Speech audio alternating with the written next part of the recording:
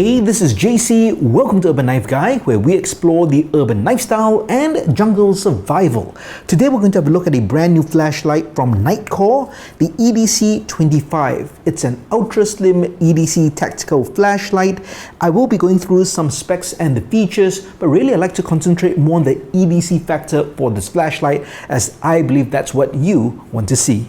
First, if you watch this channel regularly but have not subscribed, please do so to help the channel out. And if you'd like to support the channel even more, do check out my shop links in the pinned comment or description, and you can even join as a channel member. Thanks a lot. So shout out to Nitecore for sending me this flashlight.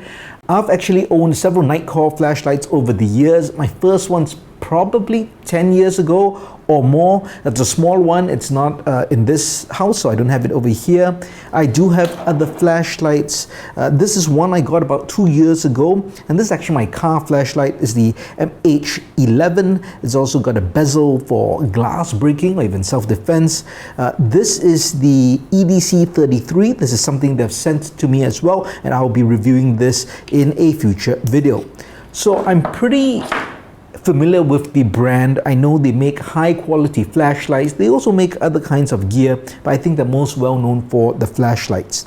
So this particular one is the EDC25. It's I believe the second range in this slim series. And to be honest, when I first got it, it's actually bigger than I thought. It's actually longer than I thought. But this is a really powerful flashlight, and that's why I believe it has to be this big. It's 3000 lumens, and it's got a maximum beam distance of 300 meters, maximum runtime of 55 hours as well. So I guess that packs a lot into this battery, which is built in. So that's 1700 mAh. And that's the battery inside. It's not removable, so you will have to charge it, and you would use a Type-C adapter to plug it in. And I tried it. The great thing about this is you can also use a power bank if you like to charge this as well, besides just using your regular current. So I thought that was pretty good.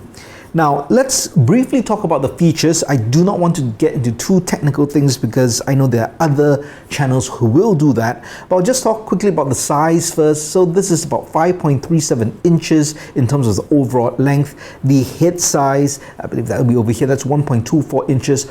Overall weight is 3.67 ounces or 104 grams. So it's not too heavy. I think it's lighter than I thought based on the size.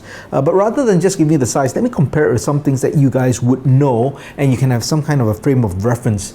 So that's it compared to a Swiss Army knife. That's a 91mm knife. Here's a Spyderco Para 3. We've got a Leatherman Signal, and then got a mini Altoids tin as well. So you can see that's kind of how this matches up against everything. It is definitely longer than all these tools, and probably longer than most tools I would generally carry, but it is slim, and it is also not too wide. So kind of a visual reference for you. All right, let's talk about the light itself. So what I did actually appreciate is them having the kind of instructions or reminders of how to use the light exactly on the light here, because I do find many of these flashlights, as they get more professional and they get more complex, the way you cycle between modes can be quite complicated. Even switching on and off can be complicated. So let's just do a quick kind of a run through, and I'll also run through some tips and tricks based on what me as a non-flashlight expert had issues with. I won't say issues, maybe a bit of difficulties in the beginning, but now it's all good. So first thing, note there are two buttons, which actually is really good. So the small one, which is kind of the main button, the power button, and then they have this lower profile one, which they call the customizable button. I'll talk about the main button first. So to switch on, it's very simple. Just click that on, and you actually get, this is the low light. And if you half click, you actually will cycle between the different strengths of the light. That's pretty cool. And this is the brightest. You can see really extraordinary bright. And do take note, this does get really hot. It's indicated here, it does get hot. To switch off, you just switch that. So that's pretty straightforward, and I do like that. There's also these indicators here. So when you press that on, you can see that's a half click. It's not on, but that just gives me a power indication of whether you need to recharge it. And then when you kind of switch it on, you can see the indicator here. Obviously you can see the beam of light, but they also have this indicator here just so that you can see the various intensities. So I guess you can know where you are at any one point if you don't recognize the strength of the beam or the brightness of that. And then switch off, that's it right over there. So pretty straightforward. Now in terms of this customizable button, that's kind of a quick access. So if I press on it now and I let go, it's going to be what they call the turbo beam. That's really strong, as you can see. But you can also have a strobe function. Obviously you could just kind of do that, but you can actually customize it by holding this and then just pressing this power button once. And you can see now it's programmed to strobe. So if now I click that larger customizable button, I'm on strobe. So it's up to you. You can customize it to strobe or that turbo depending on your needs. So right there, to change it back, I just click that and now it's on the turbo intensity. So I thought it would be very daunting to customize it, but it was really simple. Now let's talk about the locking functions. Now, when the light is on, just press and hold the power button. So we'll have it on. If we want to lock this in our off position, you just press it and hold till the light goes off, and now it's locked. So now when I press, it doesn't turn on, and you can see from the indicator here, there's a red light. This tells you it is locked. Now to unlock it, you give one short press and then a long press. So this I found a bit finicky for me. So you need to give a really short press. So it's almost like a tap, but depress it all the way down and then a long press. Let's give that a shot. So short and then long. And it turns on. If you press it for just a tad too long, it doesn't, for the first short press, it doesn't come on. And I found that actually a bit finicky. Maybe it's something I have to get used to, but I've done this quite a few times and it's like 60%, it works, 40%, I have to try it again. So that's something to take note of that you would have to get used to if you want to use the locking function. Alright, I think that's more or less about it. I'm sure there might be other smaller hidden functions, but I do not want to dwell too much on the features. As I mentioned, there's of course a belt pocket clip that you can use to clip onto your belt or on your gear. And that transitions me to how we would carry this as an EDC item.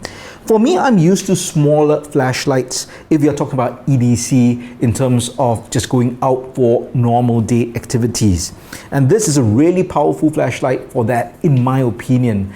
This, I think, works very well as part of a kit, whether it's your tool kit or definitely some kind of a search and rescue kit. This is just so awesome, so powerful, so slim, doesn't take up much space.